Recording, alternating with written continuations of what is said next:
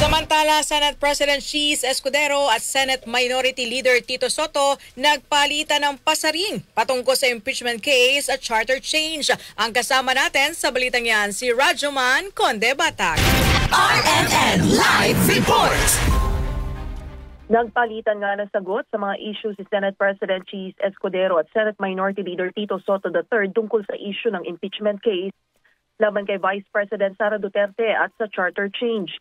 Sana unang pahayag ni Soto, papabor siyang rebisahin ang konstitusyon kapag pinal na nagdesisyon ang Korte Suprema na ipasura ang impeachment case laban sa Vice Presidente. Nagbasa rin si Escudero kay Soto sa kanyang X account kung saan sinabi niyang easy lang pagdating sa pagsuporta sa Chacha.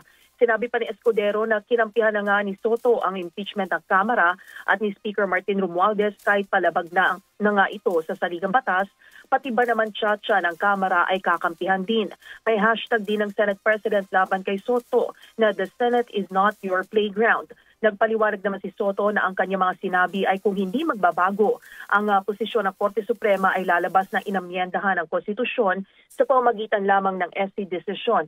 Ay ikukonsidera niya ang pagsuporta sa Constitution o Constituent Assembly o Constitutional Convention para maamyendahan ang Article 11 o ang accountability of public officer dahil mahirap anya na sundin ang requirements sa desisyon ng Korte Suprema. Binigyang din pa ni Soto na wala siyang kinakampihan, hindi tulad nila Escudero at tanging sa konstitusyon lamang siya pumapani. Kasama mo sa DZXL RMN Manila, Rajuman Conde Batak, Tatak, RMN.